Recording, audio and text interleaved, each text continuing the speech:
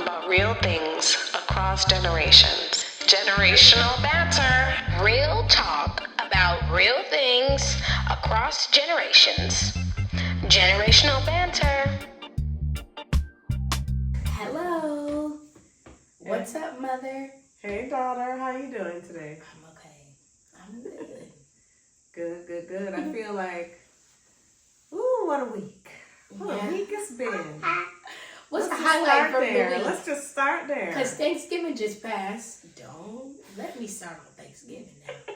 But, I mean, there's always something to be grateful for. Ooh. That's what this, I've learned that even more. I get eyes closed. Because you know, sweetheart. But there's always something to be grateful for. Even in holidays where it's like, so I'll say. Well, okay. Let me just say a couple things. I can't help myself. So we just celebrated the genocidal holiday, Thanksgiving. Meaning that it was created out of a really painful time. And so, that's something that I have come to acknowledge, the harm and the genocide that led to a day that so many in the U.S. still celebrate. And actually, it's funny because I think sometimes people who lived in the U.S. take this holiday back to their countries. Yeah. And it really annoys me. Can I just keep it real? I really get very much like, we've been duped over and over to believe in stuff like Thanksgiving. So I personally, I know I'm going there, I'm doing my best with these days that have been created and giving thanks for my family. Yeah. For my community, for the people I love. But it's rough. Some days I be like, why are we doing this? Why? Capitalism, I suppose. So anyway. Mom, don't even start. Don't let me start. When we want to talk about actually Thanksgiving this year, you conformed to capitalism. We did some capitalistic stuff. Okay. So Hold don't even do that. Hold up. You didn't have us spend hella money on Thanksgiving. Hold up. In my defense, I tried to give my Thanksgiving dollars to a Black-owned business. Black-owned business. How did that go? I won't say the name of the business at the moment. That? Yeah, don't even say the name. It turned out to be overpriced. Don't let me say the name. It turned out to be overpriced. How did it go? And not as smooth as I'd hoped. But my intention was to support a Black-owned business. Anyway, so we don't even gotta go into that. But just know that's a highlight. That's the highlight. Oh, but Lord. Today, I thought what would be really cool is if we talked about single parenting. Because this woman has been a single parent. Well, I want to say now that we're older, it's not really like hands-on, which makes sense. But my brother went to college when he was 17. And then my mom kind of laxed. And it was like she had one kid after that. And then I went to college, 4 years after him? So I feel like you've been parenting us about, 20-something years on and off? Because he went to college and you add 4 years. I'm saying I'm still parenting y'all in many ways. You know what I mean. And so for 25 years, let's just do that easily. For 25 years, I've been a parent. Right. Like you said, as the years have kind of come to 18, as you both approach the 18 mark, it shifted. It hasn't been the same. It hasn't required the same thing. But it has required some things still. So I'm still in parenting. I'll just speak for myself. Of course. I'm still in it. Okay. But I feel like that's a really cool topic because, like I said, you raised me in this house. I'm not going to say fully by yourself because, that's going to make people go up in an uproar. But, I mean, you primarily did a lot of the stuff as a single parent, So I feel like why not make an episode, not just solely about my mom, but just single parents overall. Mothers, fathers, aunts and uncles that take kids in, all types of stuff. Grandparents, stuff like that.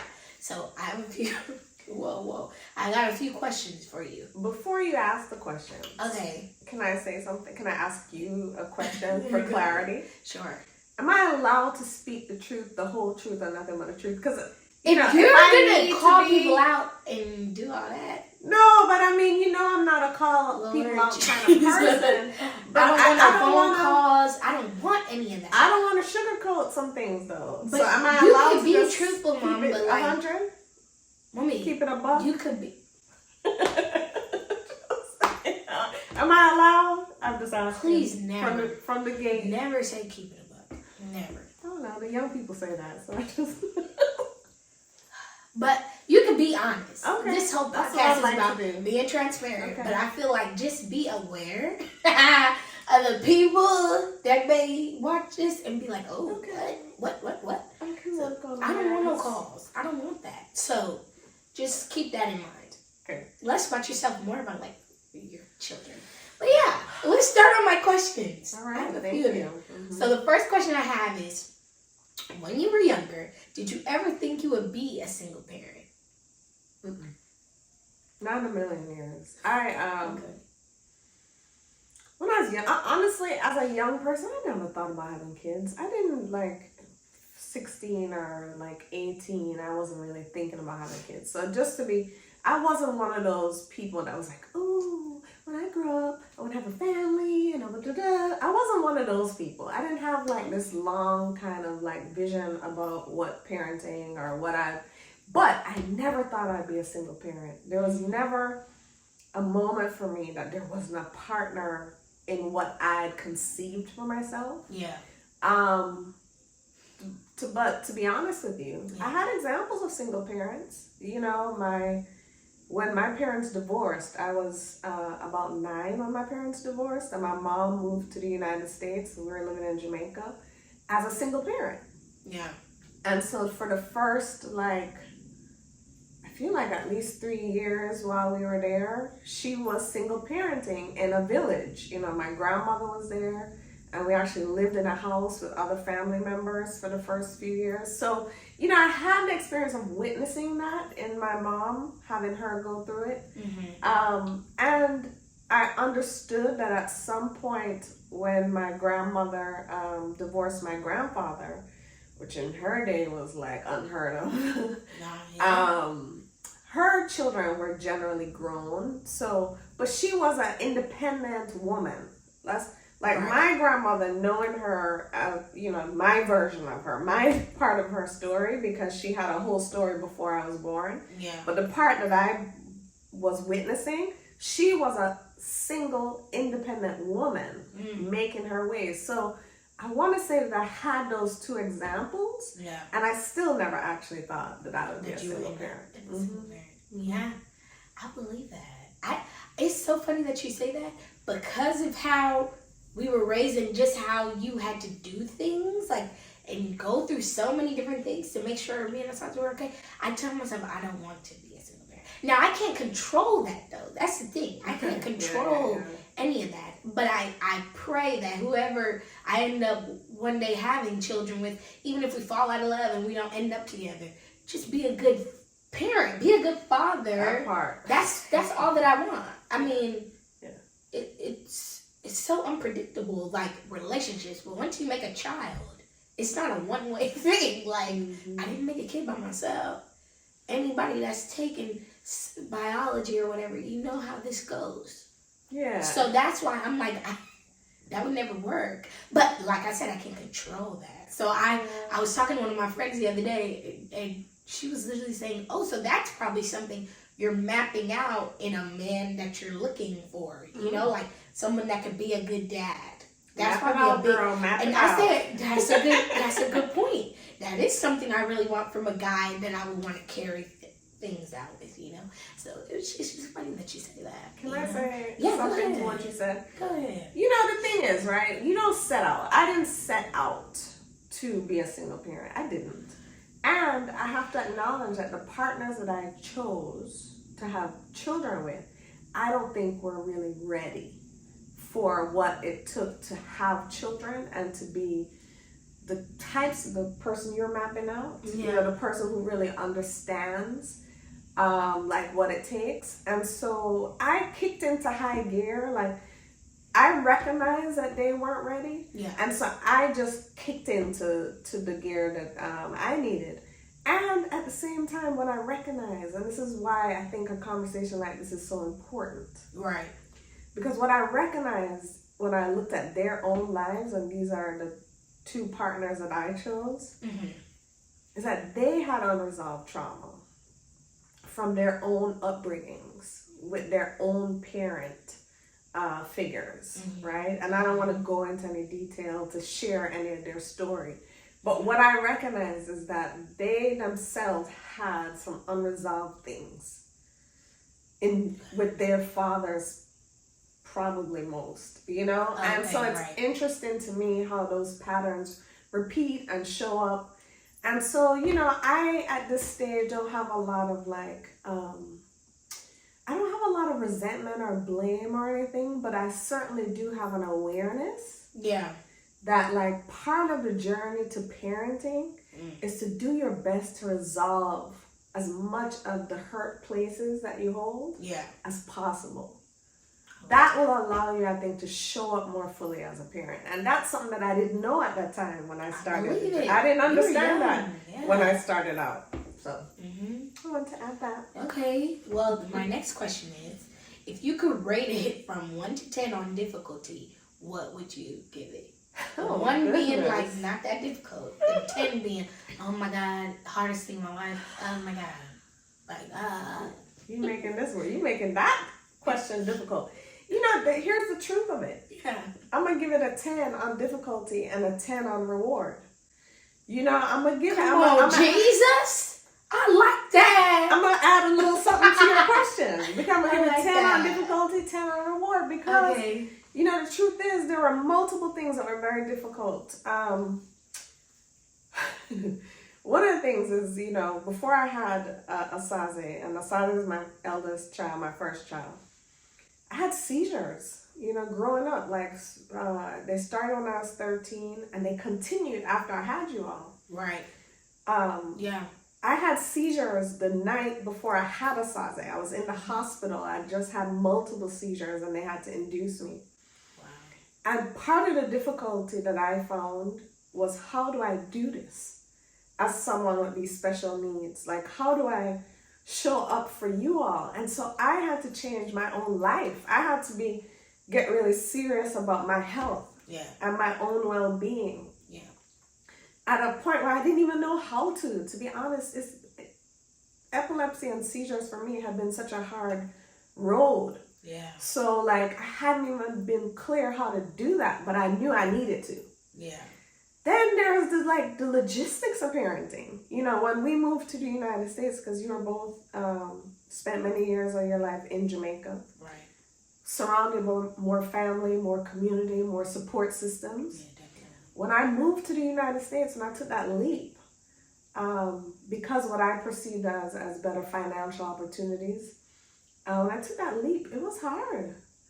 You know, I want to shout out my friend Henry Taylor and his family who allowed me to stay with him for a couple of months while I got myself together to get the apartment that you all moved into, to kind of start from that place. But that whole routine for all those years where like you have to get up at 5 a.m., get breakfast and stuff moving, get y'all ready, get out the house, go to the school, and you all went to Stonebray Elementary School for many years, go up to the school on the hill.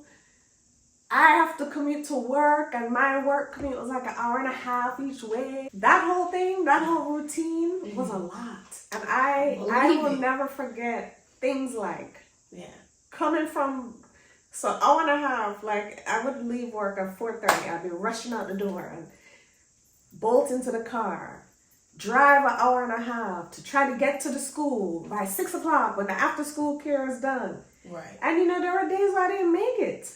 And the people in there have the frowns on their face because I'm 5 minutes late and there's a whole thing and da-da-da. And then I have to get home to help you with homework. Right. To cook dinner. Right. Jesus. And you know, at my house, I didn't eat chicken. I didn't eat this and that. So I might make something for myself and make something for Uno. Yeah. So there was all of that, right? And that was many years. And then don't get me started when on the term teenagers. And then like that whole roller coaster. Wait, can I pause right there? Yeah. I want to say, I've told you this before, but I got a new like gratitude for you when I went to college, because I told you people know this, but if you don't, in school, in my last 2 years of school, I was working and doing school full time. So a lot of the times, and I was in an organization, BSU, at my college. So a lot of times when I would get home, I wouldn't want to cook anything. But I'm looking at my mom like, oh snap. Not only did you go to work and then you sit in a bunch of traffic, but you have to cook for us. Because literally, we were not eating out like that. My mom, we didn't have that in like the budget to do Right, that. that So part. my mom made sure, we never went hungry, my brother. So my mom would cook for us. And I'm like, oh my God. I came home one day and I was like, how did you do that? I can give you your claps. Because I'm telling you, I don't got kids. It's just me, myself. And I didn't want to cook. A lot of times I didn't. I used my little $5, went down to Shake Shack or whatever. And can I say So something? that's why I say I'll extend that to you, because I'm like, oh my gosh, Can I say something? that's a lot. Yeah. My hats go off to single parents. Yeah. I was one. I am one. Yeah. But meaning like, I see single parents. Like, I see the single parents out there. I have come across them in work in different environments. And what I'm saying is that when I hear, and especially, this is so funny to me. I'm gonna say something funny, Okay. but I'm gonna bring it back to the single parents. I have friends and family members who are new parents. Yeah. So Uncle Sekou comes to mind, but also your Aunt Natalia. Yeah. She comes to mind as two new. Their parents. They're like, I believe Natalia's son is a year old. He's a year old. And then my friend Sekou's daughter is 3. Yeah. And they, as parent, they're 2-parent families, both of them. Yeah. And they're like, how did you do it?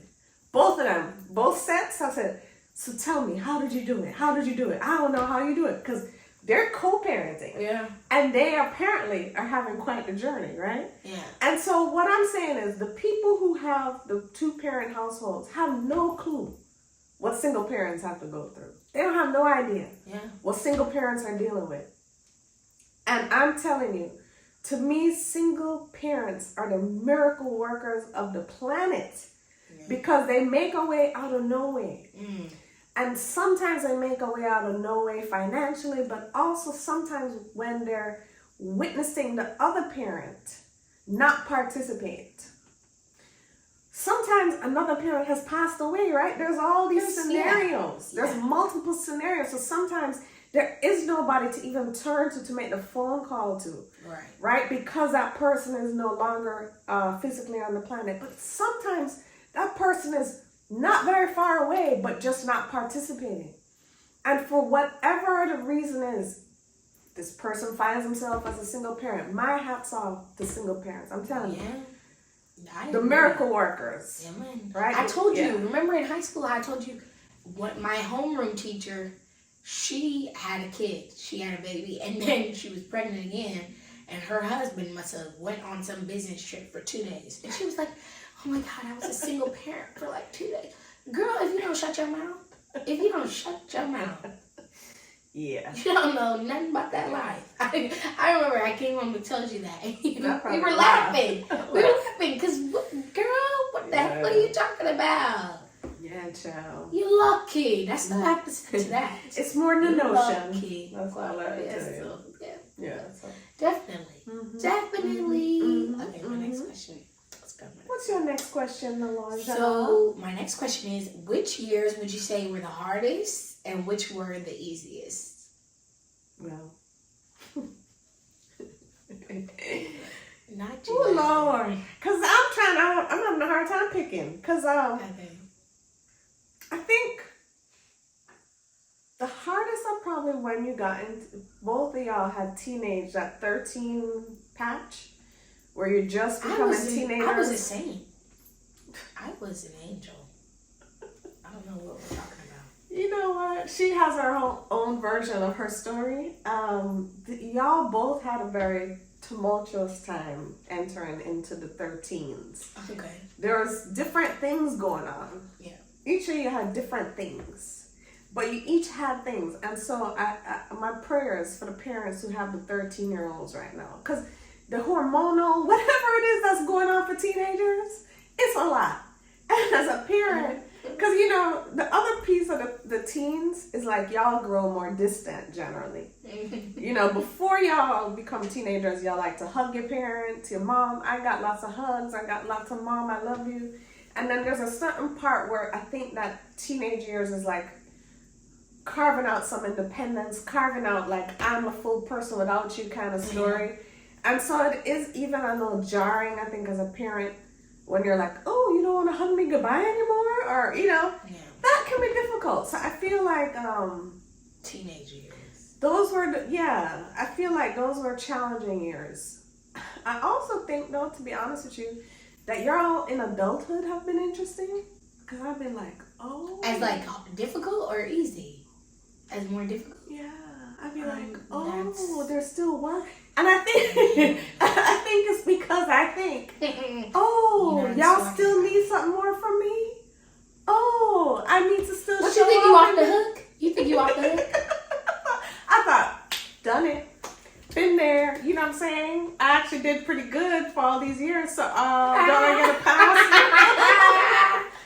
No. Did I get, maybe I could call this one or that one dad and be like, yo, y'all show up now, you know, or whatever. I don't know. That's a little story I tell myself. So I'm always gonna need my mommy, my hand. Yes, girl. You asked me about the easiest? Yeah, easiest. Mm-hmm. I'm gonna say I don't know if there was ever easy, but I do think when y'all are babies, there's definitely a lot more containment. Like, you know, y'all, as a parent, you can know exactly where the child is. Yeah.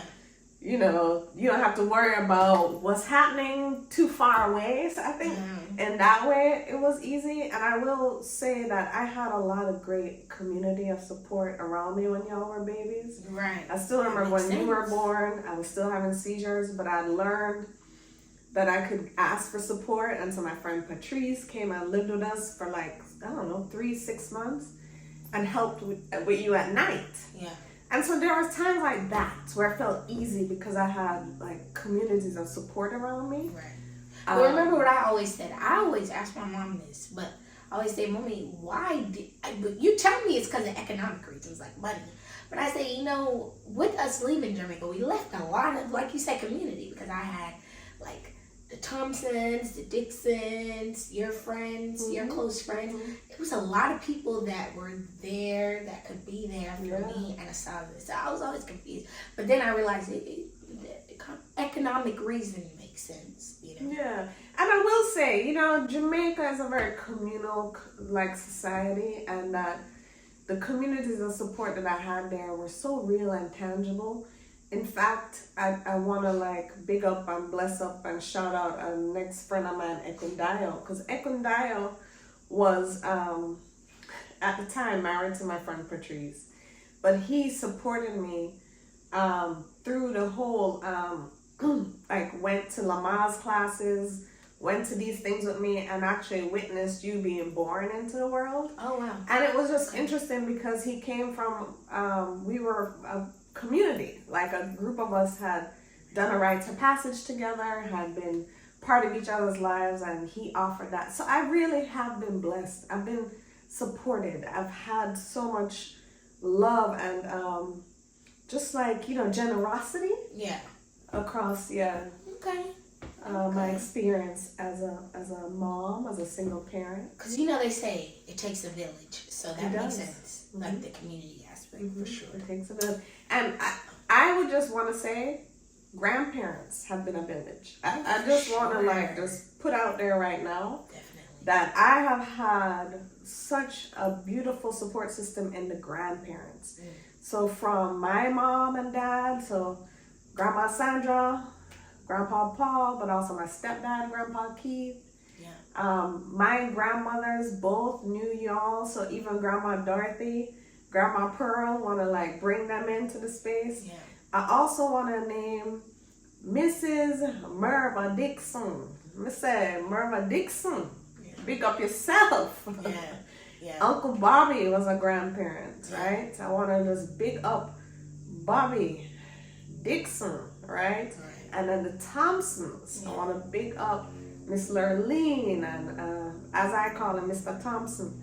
You know, we've been blessed with grandparents. I always say, like, I have all these extra I feel so privileged. I have a lot of grandparents. I love it. Blood. That's why I always say blood doesn't mean, it means something, but not everything, you know. So you got bonus grandparents, both of y'all. But I will say the grandparents were the rock. Definitely. In so many ways. Okay, next question is, what is the biggest lesson you've learned as a single parent? It's kind of a big one, but I'm sure you got something. Man, that's a good one. The biggest lesson. Well, first of all, I think one of the biggest lessons I've learned is I can absolutely do things I didn't think I could do. Right. I can trust God. I mean, this is really, I find a lot of faith from parenting. From my parenting journey, I found a lot of faith. And I tell people, there was a moment when I'd first moved up to the United States that I just wasn't sure I could do it. I wasn't sure that I could financially, that I could make a way. Yeah. This is just honest, you know. I was earning $49,000 a year in US dollars, and Una can do the math, Una can figure that out, in the Bay Area, and wasn't getting the kind of support that I thought that I needed from the other parents, right? And so, you know, it was a rough patch for me in a moment, and I just had this moment of just asking God, like, what is the direction that you would want me to take? And the direction was, keep going. You got this. You can do this. And I'm telling you, from that moment, and that was probably around 2008, things just kept kind of like going in the direction I needed them to. So I think more than anything, I learned that I could trust myself to parent and to do everything that I knew how. I think, but also I think the other thing that that parenting you both has taught me is the power of unconditional love and the power of never giving up on your children. Because to me, it doesn't matter how dark the night looks. Like, I'm always looking for the light. I'm knowing that there's a light there. And there's some hard moments, you know. There's some hard moments, like with Daddy passing. I feel like when my dad died, there was like a part of all of us that got really hit with grief in different ways. And I just know never to give up. I think that's what I've learned. And I think I learned that. And you haven't. Unconditional love. And the don't ever give up on your children from Dr. Paul Robertson. So big up yourself. Daddy, big up yourself. Oh, yes. Okay. And then the next one is, what is the best part about being a parent overall? It's like the best part.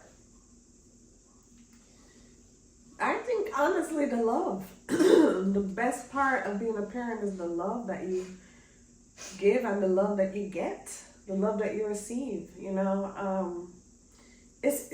To me, being a parent is one of those things that it is the biggest evidence of, like, reciprocity, where, like, you give and then you get, and you give and you get, and you give, and it's just like a continual cycle of giving and getting. And you know, I love y'all in a way that knows no bounds.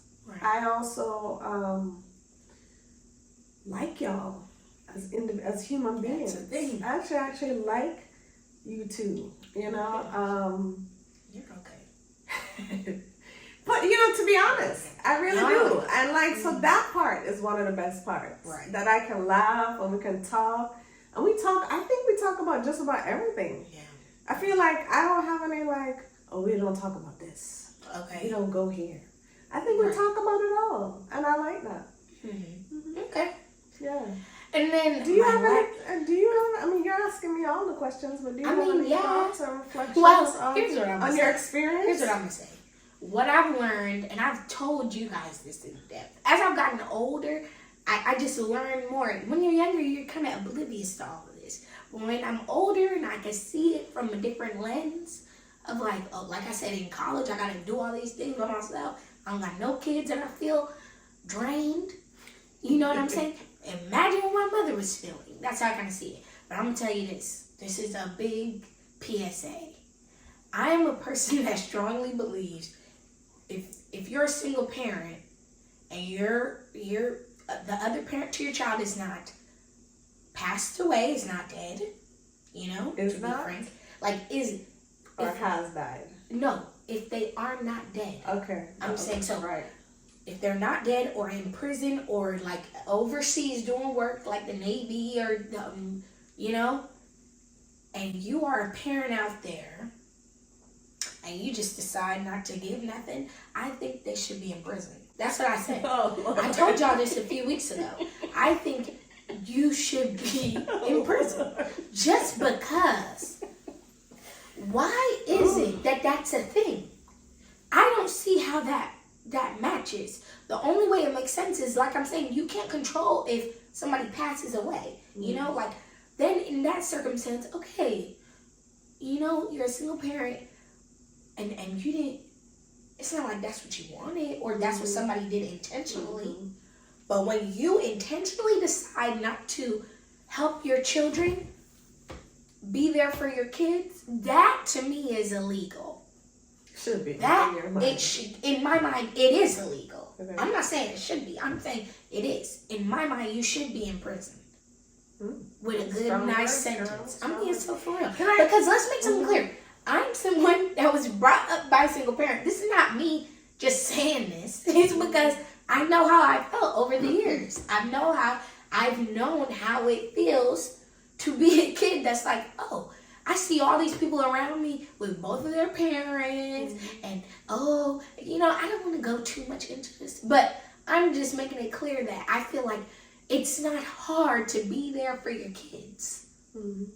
Like I'm saying, there are people that can't be there, actually, because they passed away or something. If you are alive and well, and you can do what you need to do for your kids, what is the problem? That's always been my thing. So I stand on it. You should be in prison because it ain't like you're doing anything anyways. Girl. It's not like you're doing anything anyways. You get me, right? I get you. You could be in the prison not doing anything. Yeah. Then I can't fault you, huh? How about that one? Then I can't fault you. But when you're out there living your life and having one person take on all the responsibility of something that they did not do by themselves, that's a problem to me. You could, and don't blame it on the significant other. I feel like it can be that way, but there's always ways to show up. There is. That's my biggest thing. So I'll say that. That's been on my chest. I told you that a few weeks ago. And I meant it when I said it, and I mean it now. Okay. And can I say, and we can close here, and I'll give a final thought. Okay. Is that okay? Okay. I started this talking about the trauma that I believe, and I named the two people who, you know, I've been my chosen partner, the co-parents in my life. Yeah. And so I named that at the beginning because I really do believe that there are people who do not show up because they're paralyzed by the fear, the pain, the hurt that they've endured, and they haven't processed it. I like to use the word metabolize. People haven't metabolized their traumas, like haven't quite gotten in touch with what it is that led them there. And I really do believe that that's generally why you see people checked out of their responsibilities as co-parenting. I will say though, it's not an excuse, because the thing is that I've witnessed what the toll it takes on my children. I've witnessed the toll it has taken. And I've witnessed like the pain that it causes. And I would just invite us as parents, if you're hearing me and you're one of those parents who hasn't checked in on your child, you haven't called, you don't know how they're sleeping, where they're sleeping, you don't know how they had food on their table, if they had food on it, I would encourage you to call, to find out, to get involved, because it doesn't matter. Yeah. Your presence in your child's life does matter. Sometimes I get really annoyed and really kind of hurt because there are a lot of people who say a lot of negative things about single parents. There's a lot of people out there who talk about single parents in ways that I think to myself, well, this is the parent that's showing up. Right. This is the parent doing the work. This is the parent that's there. So whether or not you think they're perfect, or whether or not you want to blame them for getting to be single as a single parent, well, that's not the point. The point is somebody showing up to do the work, to be there for the kids. Right. And that's something that I think more single parents need kind of to be held in that. Yeah. In that, like, we see you doing the work. Right. And I do think we need to invite the parents who are absent back into the work. Yeah. You know, because honestly, I would have preferred to share the journey, if you know, in a lot of ways, and I believe it just wasn't that way. And so I also embrace the journey as it is. Yeah. And my final question, which could be an end all, you know, is if you could tell single parents out there anything, give them any type of advice, what would you say? Keep going. Keep going. You know, never give up on yourself. Never give up on your children. Yeah. That would Big up all the single parents, whether you're single mom, single dad, what have you. Big up yourself. You're doing all right. You're doing good. Don't, like Mommy said, don't give up. Mm-hmm. Big up all the parents, you know, all the parents, all the people who give love. Whether it's biological parenting or not, Right. you know, all the parents who give love to children. Because Thank I you. tell you, I'm beyond grateful for this woman. I wouldn't be who I am without her. So, hey now. I'm beyond grateful So, for you. Yeah. Real talk about real things across generations. Generational banter. Real talk about real things across generations. Generational banter.